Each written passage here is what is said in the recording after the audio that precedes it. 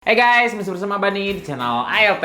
Oke, di video kali ini saya pengen ngomongin Intel GPU ya, bukan iGPU-nya, tapi discrete GPU-nya atau GPU eksternalnya. Nah, by the way, untuk yang di thumbnail itu hanya RTX 3090 ya, ROG Strike yang diedit dikit kayak gitu. Jadi bukan yang official, walaupun sih nggak menutup kemungkinan ya, kalau emang nanti GPU Intelnya naik kayak gitu bisa bersaing. Pasti ada versi yang seperti itu kayak gitu ya. Jadi ada board partnernya, entah itu dari Asus, MSI dan lain-lain kayak gitu. Oke, langsung aja ya. Sebenarnya udah ada 2 tahunan ya untuk rumor GPU dari Intel beredar. Cuman belum ada ya, atau belum ada yang dijual. Sebenarnya walaupun ada sih ya untuk yang dijual, yaitu adalah Intel Xe DG1 kayak gitu. Cuman untuk spesifikasinya sendiri ya, dia core count-nya sendiri ada 640 ya, lalu untuk boost clock-nya di 1550 MHz dan VRAM-nya 4 GB kayak gitu.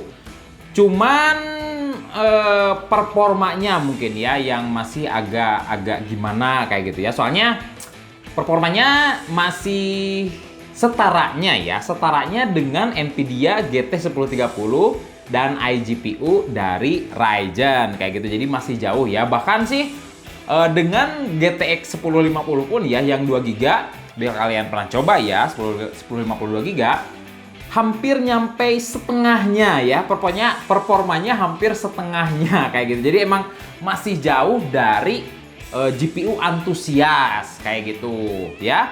Walaupun sih emang ya untuk Xe DG1 itu ditemukannya ya di all-in-one PC kayak gitu. Emang kemungkinan sih hanya sekedar menampilkan gambar aja kayak gitu ya, hanya sekedar menampilkan display aja. Jadi bukan untuk gaming atau memproses hal-hal yang berat kayak gitu. Nah, jadi kalau ngejar Xe DG1 masih jauh ya, masih jauh dari Nvidia bahkan Radeon kayak gitu. Oke, by the way, walaupun untuk Xe DG1 itu cukup mengecewakan ya, saya tetap optimis ya untuk Intel bisa membuat GPU yang memang kompetitif kayak gitu. Nah, dan di Agustus kemarin ya, bulan kemarin kayak gitu, Intel mengumumkan bahwa GPU eksternal mereka akan diluncurkan pada kuarter pertama 2022 ya, atau Januari sampai Maretan kayak gitu ya. Bukan yang Xe DG1 tadi ya kayak gitu. Yang ini di sini adalah Xe HPG Alchemist ya. Nah, untuk HPG-nya sendiri ya, HPG itu namanya High Performance Gaming kayak gitu. Sebenarnya secara teknis sih itu Xe DG2 ya, DG2 sorry. Tapi versinya versi lebih tinggi. Oke, untuk Intel sendiri pas kemarin sebenarnya bukan hanya menyiapkan satu ya, bukan hanya sekedar menyiapkan satu arsitektur, tapi ada 4 ya. Yang pertama adalah Alchemist, yang kedua adalah Battle Mage, lalu ada Celestial, dan yang terakhir adalah Druid ya. Untuk sisanya yang 3 kemungkinan untuk tahun berikutnya ya. Cuman di sini fokus dulu ke Alchemist aja. Intel mengatakan GPU mereka sudah support ray tracing. At launch, we will support hardware-based ray tracing, mesh shading, and sampler feedback. Dan XeSS. Kalau di Nvidia ataupun Radeon itu DLSS dan FRS. Walaupun sebenarnya cara kerjanya lebih mirip ke DLSS di Nvidia ya, atau Deep Learning Super Sampling kayak gitu.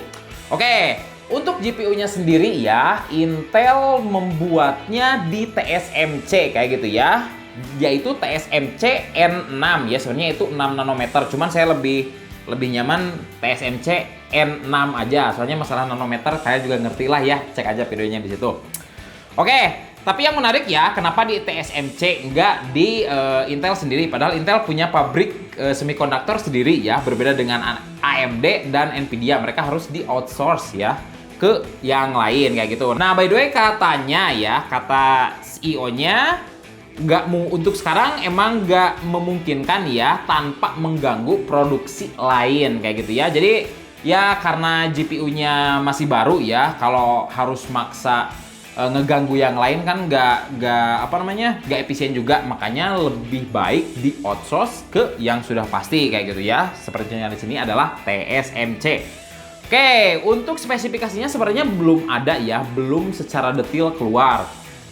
Cuman saya udah ada beberapa bocoran ya kayak gitu untuk masalah spesifikasinya sendiri ya. Jadi kita lihat dulu aja kemungkinan besar aja ya. Ini untuk spesifikasinya dari Tom's Hardware ya. Kayak gitu kita lihat dulu aja ya.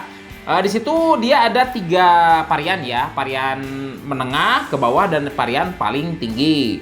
GPU core-nya ya yang paling tinggi dia ada 4096. Untuk menengah ada 3072 dan untuk yang paling bawah ada 1024 kayak gitu. Oke, untuk VRAM-nya yang paling tinggi 16 GB ya dan GDDR6. Lalu untuk yang menengah 12 dan yang paling bawah adalah 6 GB. Untuk TDP-nya ya di situ ada 300 watt, 225 watt dan 75 watt. Oke.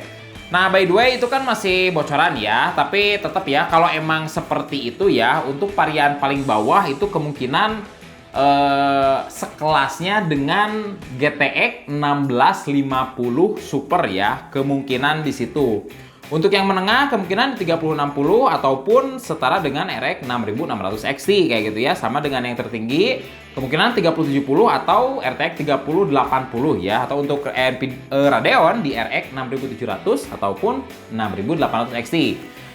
Tapi karena memang produknya belum keluar juga ya, jadi agak susah, itu hanya spekulasi aja. Nah, by the way untuk performanya ya, kemungkinan kayak gimana sih untuk hasilnya kayak gitu? Sebenarnya harusnya lebih ke Nvidia ya. Cuman di sini kayaknya sih bakalan performanya lebih mirip ke Radeon kayak gitu. Karena emang dari spek juga hampir seperti itu. Dan lagi karena untuk pengembang GPU Intel ya, yaitu Raja Konduri, awalnya dia bekerja di AMD. Jadi kemungkinan besar sih masih banyak yang dibawa dari AMD ya oleh Bapak Raja Konduri itu sendiri. Oke, mungkin itu sih secara simpelnya ya untuk masalah GPU dari Intel. Tapi kira-kira bakal ngebantu nggak? Bakal murah nggak kayak gitu untuk harganya? Soalnya mungkin yang kalian pengen tahu adalah itu. Oke, di sini sih untuk analisa saya ya, melihat untuk GPU Intel sendiri, jujur kebanyakan pesimis ya. Soalnya masih baru juga ya, masih banyak yang harus disesuaikan entah dari hardware, software, dan lain-lain. Tapi tetap nggak menutup kemungkinan ya untuk hasil yang paling terbaik. Tapi intinya walaupun keluar ya, saya masih kemungkinan sih masih ada di posisi 3 ya. Untuk Radeon pun nggak segampang itu untuk dikalahkan ya kayak gitu. Dan Intel pun terakhir membuat GPU kalau nggak salah ya tahun 1998 ya. Jadi udah cukup bener-bener lama ya, udah cukup lama lah intinya. Cuman sih kalau emang pengen menang dunia GPU ya, menurut saya asal bisa mainin harga ya. Soalnya kalau emang walaupun performanya nggak terlalu wah, tapi kalau emang harganya worth it, menurut saya sangat bagus ya kayak gitu. Untuk masalah membantu harga PGA, entahlah ya. Soalnya kalau harganya sesuai ya kayak gitu ya. Soalnya tadi ada bocoran harga kayak gitu. Kalau harganya sesuai, saya rasa bakalan bagus banget ya, walaupun performanya emang nggak terlalu naik kayak gitu. Itu mungkin. Dan lagi kalau emang nggak bisa dipakai mining, itu menurut saya menjadi PGA juara ya untuk para gamers kayak gitu.